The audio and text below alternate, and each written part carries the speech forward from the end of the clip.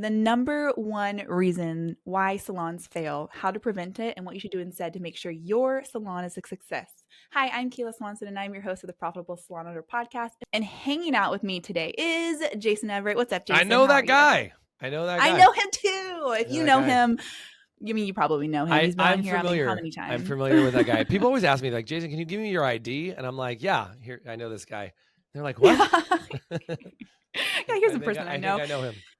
If you are new to the podcast, you might not know that the first 100 episodes of this podcast, Jason hosted it, and now he gets to be a guest. Now I get to be a guest on sort of my own show, but it's your show. Yeah. It's all good. I'm just happy to be here, and I hope that I can drop some knowledge bombs that people go, damn, that's what I needed to know today. That's my goal. If we do that, rock and roll. And I sound extra raspy. So if you hear me squeak like a 14-year-old boy, that's what we're dealing with. Yeah, that's good. Yeah, it's just his voice. 14, just ignore it. Just move along. Yeah.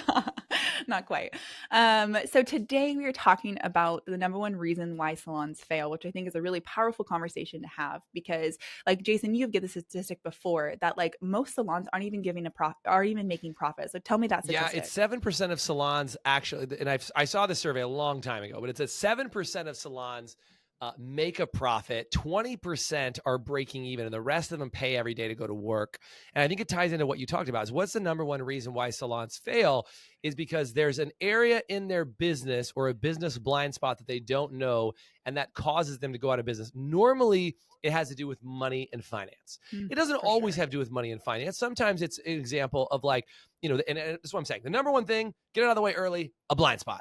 That's what it is. The number one thing is a blind spot in your business that takes you out at the kneecaps. And by the way, that blind spot can be something like you don't know how to be a good leader. And so you inadvertently trigger a salon walkout and then your salon goes out of business, right? Or you all your staff leaves to go to rental because you don't know how to have a conversation about the difference between booth rental versus commission, or you don't know how to manage your finances. And so you end up getting hit with some, financial penalty and it's more money than you have and it takes you out of business. Like that happened to like hundreds of salons went out of business in California because of that, is they were operating inappropriately. The government started cracking down on it and they were like, well, I didn't know any better. And the government's like, not an excuse. Not my problem. $1 million worth of fines. Your salon is train wrecked. And so I don't know if your salon owner that's listening to this today is like, what is my blind spot? But the number one question you should be asking yourself through this podcast today is what's a blind spot that I have that I don't know about? And just by sheer definition of blind spot, another word for blind spot, by the way, is scotoma.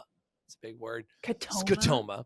A scotoma means a blind spot somewhere that you physically can't see. And this is why having a coach is so important, is a coach can say, look out behind you, because you can't freaking see behind you. If I'm like, Kayla, behind you, like somebody who is outside of your perspective looking at your business will always see things that you don't see yourself. And I think, honestly, Kayla, that's been my claim to success in the salon spa space is I'm not a salon owner. So a lot of times salon owners that fail at being a salon owner and sell their salons and then go and become coaches. I had somebody tell me that. They're like, well, my salon wasn't doing well, so I started this coaching. I sold my salon and started a coaching business. I'm like, great, good for you. You know what I mean? And it's like, for me, not being a salon owner gives me some superpowers to say, hey, I actually don't put up with all the BS excuses that a normal salon owner would, because I'm like, I'm a business person. I've run several successful businesses and have grown this company to be what it is today with our team and our partners and all that stuff. But I can see blind spots really fast for salon owners that can't see their own blind spots because they're like, that's just the way it is, Jason. You don't understand. Stylists don't want to sell retail, or, they don't want this front desk only work that way because of whatever. Like, that's BS. That's a fake belief that you have about the salon spa business. And that's a blind spot.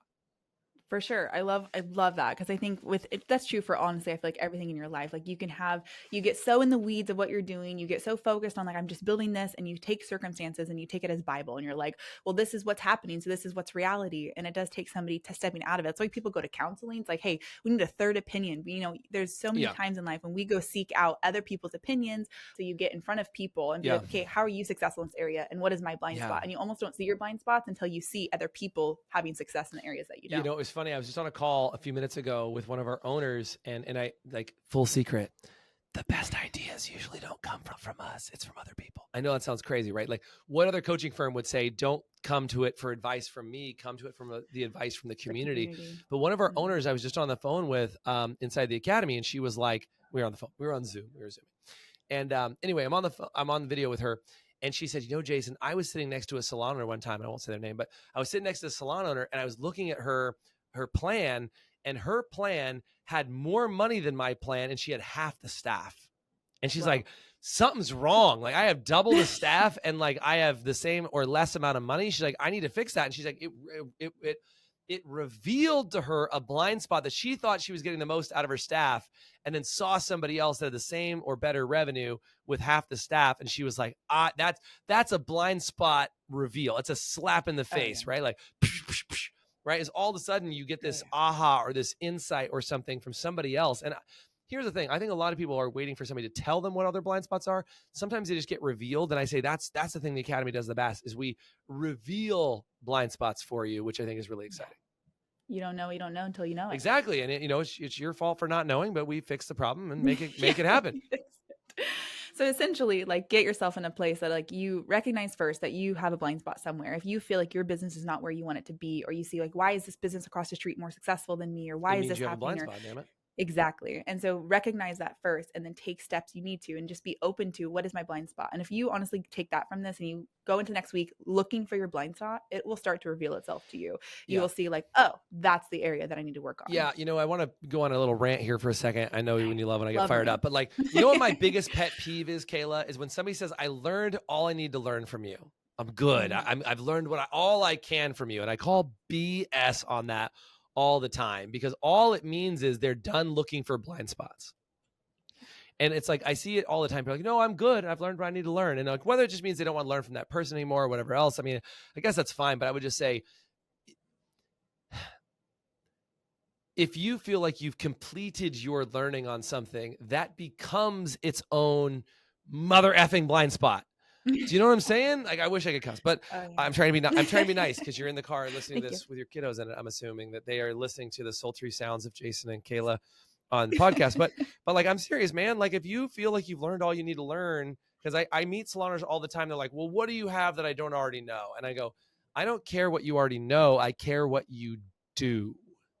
Right. And like, I might tell you stuff you already know, but my job is to help you get results from what you already know. Because my guess is, and if we're really honest, how many of us know things that we should be doing and we're still not doing it? If you don't say yes to that, you're a fucking liar. I'm sorry I said I wasn't going to cuss in front of your kids, but I'm just saying, like, that's the reality, man, is that at the end of the day, you're a effing liar if you say that you do everything you're supposed to do.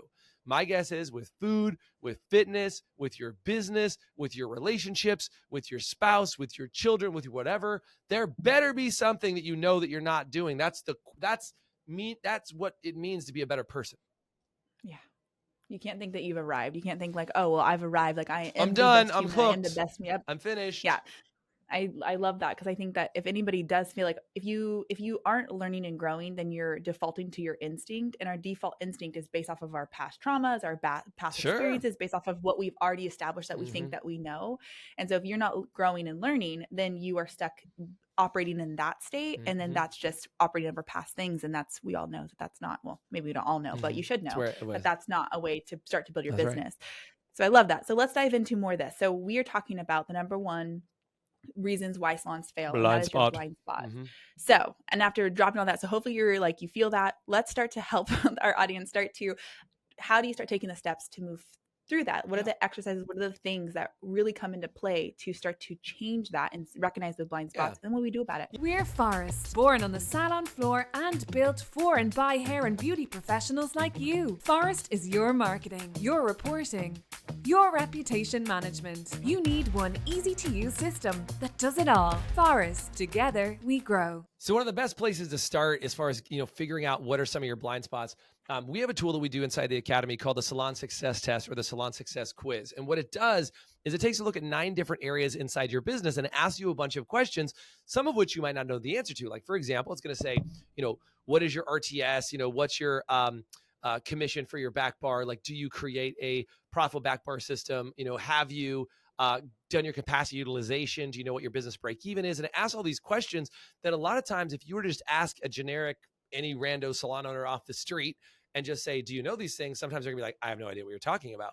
And if you go through and you ask those questions, that should be the first step in revealing what some of your blind spots are. Because if you don't know the term capacity utilization, And you might be like, well, I kind of know, I think I know what that is. That's not what that means. If you don't know what RTS stands for, you might know a version of it. You need to figure it out. Now, some people probably listen to this. Jason, I know what all those things are. Clearly, there's nothing that I don't know. Go take the dang quiz. And if you go online, I think it's highperformancesalon.com/quiz, or we'll put the link somewhere around here.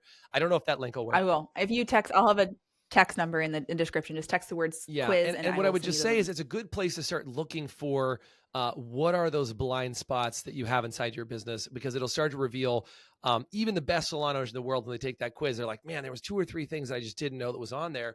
And that's step one, is like, start to get some metrics. It's like somebody said the other day, they're like, oh, Jason, if you don't know your business or you don't know your numbers, it's a problem. I said, yeah, it's kind of like not stepping, if like saying you want to get in shape, but not ever stepping on the scale to know if you've made a difference, is you have to start with a ground zero. So we do a lot of audits for people where we sit down and go, look, we're going to do a top to bottom analysis of your salon and say like, hey, what's going on in your salon and what are some areas? Because we might look at your salon and see that there's some failure points that you don't even know about. Be like, hey, it actually looks like you're top loaded. Like, what do you mean I'm top loaded? Well, it means that you have a whole bunch of people that have been in your salon for years and years at your highest level of commission and not enough new people and not enough in the middle. Like, we can start to look at some of those things and figure out what's going on. Or if you're like, another indicator would be if you have more month than your money, meaning you get to the end of the month and you're out of cash by day 20, that's a problem, because by day 25, you're like, oh my God, there's not enough money to pay the bills. And you're constantly having to like give up some of your income or, float some of your cash back in the bank or whatever. Or maybe you're working behind the chair and you're not really paying yourself a proper salary. Those would be some indicators that you've got some holes in your salon owner bucket that are not there. And going back to what I started talking about at the beginning of this session, which was only 7% of salons make money. And by the way, 7% of salons actually make a profit, which is why I wrote Profitable Salon Owner, right? It was not only does it make a profit, but most of those salons are barely eking out 1% to 2% profit.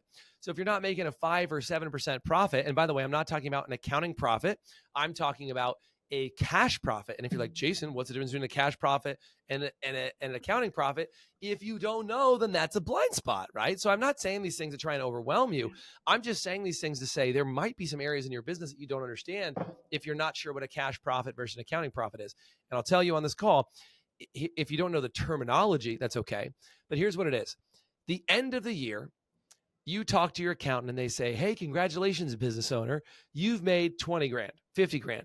200 grand. It doesn't really matter. Whatever the number is, they said you make it. And you're like, well, that's great, but that's not the amount of money in my bank account. I can't spend it. Profit as an accounting profit is actually not spendable. Meaning I could have $0 in my bank account and my accountant could high five me and tell me that I made $100,000. I have no money in my bank account. And I have to pay taxes on that $100,000 that's not even in my bank account. What? Welcome to being a business owner. You made $100,000. You owe 30, 40 grand to the government and there's no money in your bank account. That's gross. That happens. And that happens to salon owners all the time. Happens to all kinds of business owners all the time. They don't understand taxes and accounting and profit and all those things. So when we talk about a cash profit, the cash profit and the profit that you realize for your company and for your business is if you deposit that profit directly in your bank account. And profit is also not your salary. It's also not your business owner income. It's not all those things. It's literally a reward. I'm getting excited. I'm slurring my words. It's a reward for you opening the business and taking the risk and banking on yourself. And if you don't take that money out of the business and you're like, well, I'm reinvesting it. Well, that's BS. That's actually not profit. If you're reinvesting it, it's not profit. No matter what your accountant tells you, it's not profit. So if I'm firing you up about any of this stuff, and you're like, damn it, these are actually things that have happened to me. Can I sell myself out here? These are all things that have happened to me.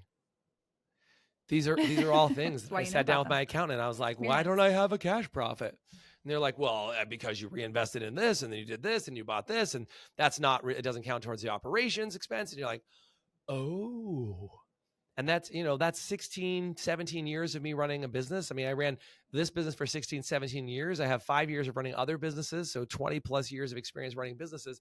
And every single one of those was like, oops, I ran out of money before I, finished the month, or I had this problem. And like, I just want to pass on as many of those lessons to you guys and say, if I had those experiences, I can shortcut you from having to have those. Would it be okay if I shortcut you right now? And what if I had a whole community that helps you do that with hundreds of other business owners that have also had experiences, and they can shortcut you too. We're going to reduce your learning curve to half or better just because you're around smart people. And I say smart people, people that were dumb that got smart. Are you still guessing what your color services are actually costing you? Guessing the cost of your services is eating into your profits. With Salon Scale, you can separate your parts from your labor and charge for every drop of color used. Stop letting your back bar drain your earnings. Click the link in the description to get 10% off of your first year or start your free trial today. Salon Scale. Profit starts with every mix. Yeah. People all started where you were. They didn't have a plan. They didn't know. And it's like, when you talk about this, like it's so exciting to know that that's possible for you and your salon. You're over there. Like if you went the other direction of like that, how on earth are those people doing that? And it's not going to happen overnight. We're not going to be like, hey, you can take 5% out right now. Yeah. There's a whole process to that in terms of like everywhere that we are saying that you can get to in your salon and have all of these things. There's a process and a way to go through that to get you to where you need to be. So it's not like, oh, you're going to, find people that can support you in that. And then it just gets all chaotic. It's like, no, we meet you where you're at and start where you're at figure out where your and blind take spots those are. and figure it out. Yeah. Figure out where your blind spots are and start taking those little steps to move you that direction. And it could take you a year to get to that point. It could take you 5. It depends on you and your capacity, what you're working on, but just knowing about it and moving towards it, you're going to end up much better than you are in this moment. If you and I think this is the other question, no matter what. And I know this probably sounds a little pitchy for like the academy and I'm talking about what we do, but I want to tell you, like, the reason why I'm sharing all these insights is like, we basically set up the perfect plan for you to get into this mode of being successful. So it's kind of hard to not just sound like, duh, we do it in the academy. So I apologize if some of you guys are listening. You're like, I only listen to Kayla because it's not pitchy. I totally get it. I don't know who that was. They were very old and very grumpy, but I want to just say this is like, I'm just trying to tell you the things that we do because we found it works. Right. And we found it works over and over and over and over and over and over and over again. And I think there's a couple other things you can do. Not only figure out what's broken, get an assessment, get some sort of eval. I mean, you can pay somebody else to come in and evaluate your business. It's not me. Go pay some consultant to do a top to bottom evaluation. But then the next thing you got to figure out is get help from somebody you like learning from and get it in massive doses in a group that will hold you accountable to what you say you will do. So like I'm in groups. And somebody the other day said to me, I said, hey, I just did this thing. And they were like, how does it feel, Jason, waiting 2.5 years from when we said you should do that? And I was like, burn. And by the way, this was yesterday, literally was yesterday. Somebody said, weren't you working on that 2.5 years ago? And it hurt and it stung. And don't get me wrong, I've had successes in lots of areas, but this was one specific area of my life that I had not cleaned up. And they were like, it's 2.5 years overdue. And I was like, you're not wrong. You're not wrong. And it's like, you want to be around a group. Like, can I just say, I love being in that group because it's honest. Like that group authentic. For me is willing to punch me in the face, even though they know I'm probably not going to like it. They're like, take your fucking medicine, Jason. And I'm like, yeah, you're right. I should take my medicine. And I should. And I do. I can. And when I choose to, they are willing to point it out to me because next time I might do it faster. Now I'm a big fan of divine timing, and maybe it was just my time to do it and all these other things. And that's fine. I don't mean to eye roll it when I say that, but I just mean it as, don't you want to be around people that ask more of you than you ask of yourself, that push you really, really hard and say, I want you to be an excellent version of yourself. And I won't stand for when you are poor to yourself and poor to others. Because if you can't trust yourself, why do you think you can trust others? And if you're telling me that you can't trust anybody, that's gonna come back and bite you in the butt, because in order to run a business, it requires that you trust people. Ready to transform your business and improve your salon's profitability? With Lonza's 3-in-1 technology and intermixable shades, your hair color inventory is streamlined with limitless creativity behind the chair. Click the link below to unveil the secret to salon success. Wow. That's so powerful. And I hope that you hear too, like in listening to that, like just as much as Jason owns a business and coaching other people in business, like he himself has coaches and people, a group that he supports too. Coaches. Exactly. I have 5 coaches. Because they all come in different ways. They all support. I was on the phone with 2 different coaches yesterday, and actually, no, two different yesterday, one the day before. I mean, I have coaches for different areas of my life. You've probably heard me talk about this in, ad nauseum, I'm sure, but I just tell you because I have different areas. When I'm out of accountability, I was on with one of my coaches. I'm like, man, I've been eating really poorly. He's like, all right, how do we get back on track? It's like, all right, let's put a plan in place. Let's do it. Because I think this is the other thing. Remember, working out is not a one-time job. Parenting is not like you show up for the first year and then their kid's fine. Like you are constantly parenting. wish. You are constantly running your team. You are constantly learning about finances. You are constantly doing those things. And anything you've decided you've already learned, that is a deficit. And I tell people this all the time. If you feel like you've hit a level of success that you're happy with, it's time for you to set a bigger goal, because you become a big fish in a small pond. Right. And I was like, all right, like if I'm like, oh, we're doing really good and like everything's going like, success should scare you. And if success doesn't scare you, then you're delusional. Right. So when I get to a mode where I look around, I'm like, wow, everybody's really doing good. Like we just had our last destination training. Everybody was killing it. Everybody's doing really, really well. And I was like, man, I got to step it up. Because like, I got to step up my game. If everybody's killing it, and everybody's feeling very stable and secure and whatever, I'm not saying I want to go in and mix the pot up. That's what a novice business owner does. A novice business owner goes in and makes things more chaotic to feel like things are there. A seasoned business owner, which hopefully I am, still working on it, but a seasoned business owner goes, hey, it's time for me to go mix up what I'm doing so I can become the better version, to allow more people for other, like if people are starting to catch me, then I need to grow again. And so instead of me going and messing with the pot and screwing people's lives up, I need to be a better version of myself so that my team can show up and be a better version of myself, because they can't step into greatness if you're already standing there. Are you ready to increase your retention and revenue and convert website traffic to clients? Then you're ready for Maya. Maya creates better business relationships by pairing the right clients with the right beauty professionals. Use promo code HPSA for your first 2 months free. Visit joinmaya.com to get started. But you didn't know you're going to get a love punch out of this. But right, episode. I mean, Kayla, you work with team, is like they can't step into your role if you're still standing there. So if you're like, wow, my team's doing really, really great, and I'm really happy with all their productions and whatever else is going on, it's time for you to grow. It's time for you to grow into that. And by the way, growth can come from up, down, sideways, left. It doesn't really matter. You can grow your team from the bottom, from the top, and all those different areas. But the idea is that if you're satisfied with where you're doing, it's time for you to grow again. And you got to surround yourself with people who are always looking to grow. And when you're around people that are constantly growing, then growth is just normal. And that's what it should feel like. It should feel like a normal part of somebody going through the evolution of growth, is like stretching outside their comfort zone, going past their fear zone, into their discomfort zone, all the way into the growth zone, so that they're growing, and you'll start to grow other people on your team that say, I want to grow just like I observe you grow. Yeah. I hope that you hear this. Like, it's not just about growing your business and learning about your business. It's about growing you as a human being and becoming the best version of yourself. Because if you're not taking care of you as a human being on this planet, then everything else you do is going to be affected by that. Because you can learn as much as you want about business and about raising a family and about being married, and you can learn all of those things. But if you aren't learning about yourself, learning how to grow you as a human being, that's also a huge component. Get yourself surrounded by people who are successful and are in those elements, but also are growing as human beings, because you can't focus your attention on everything else around you and then neglect focusing 100%. On yourself as a person as well. 100%. I love that. Wow. Yeah. And I think there's one other thing that came to mind for me too in there, Kayla, that I just want to say in there is a lot of people, we were just doing a Kicking It. By the way, if you haven't seen a Kicking It in our Profitable Salon Owner Facebook group, you should jump in. And Kayla and I were recording one earlier today. And one of the things that was going on is that I had this thought. People ask these questions like, how do I get my team to do this? How do I get my team to do this? And I go, if your team doesn't have a framework of personal growth where they're all trying to get better at the same time, everything you're going to try and do with them is going to be a battle. Versus on our team, everybody on our team is invested in some level of personal growth. And you can tell, Kayla, when people are on our team and they don't really care about personal growth, I'm like, our team will spit you out. Always tell. They're like, hey, you're not growing. Yeah, you don't last here very like, long. And it's hard because there's people who have even been spit out of our team that are into personal growth, and they get spit out because they're the wrong fit and they don't grow the same way that everybody grows. They don't grow as fast as everybody grows, and people get spit out. So I think the deal that I want to give you is another bonus tip of like, how do you get out of it?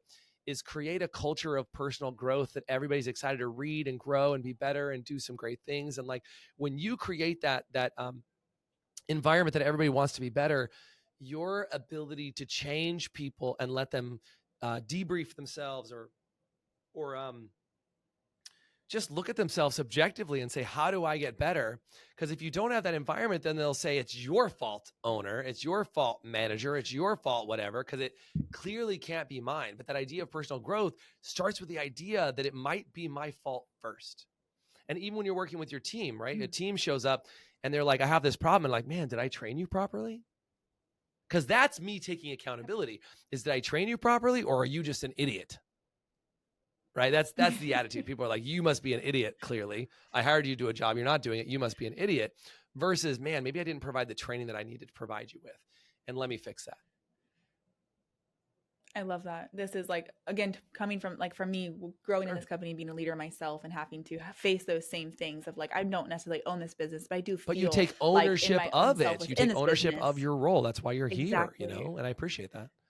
And how I show up as a leader. And, you said, people who come to work with us, like they say that you are a reflection of the 5 people you spend the most time with. Well, I can guarantee at work, I spend the most time with these people with the people who work. Oh yeah. And so if you are around people and they're not growing you, like sharpening you, like we have, in my opinion, you're biased because you work at our company, but yes, yeah, exactly. But we have a lot of like healthy competition in terms of like, we are all trying to be the best version of ourselves and encouraging the other person to do it too. It's not like, oh, like she got to do this, why didn't I? It's like, oh man, like I'm so proud of you and I'm working on this, and getting into a place where you're creating a culture in our environment. I love that about our culture, is that we sharpen each other, we grow each other, and we don't finger point, things like that, which goes back to, we've talked many times about code of honor.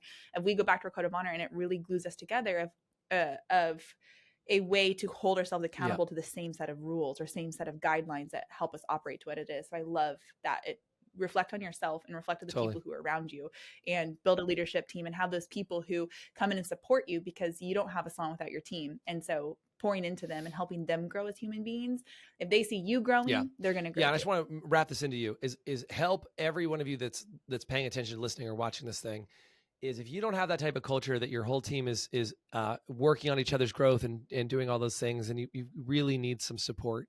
And yes, you can read some books and do whatever you want, but librarians are not rich. They just curate the book. So it's not about what's in the books. It's what you do with what you read in the book.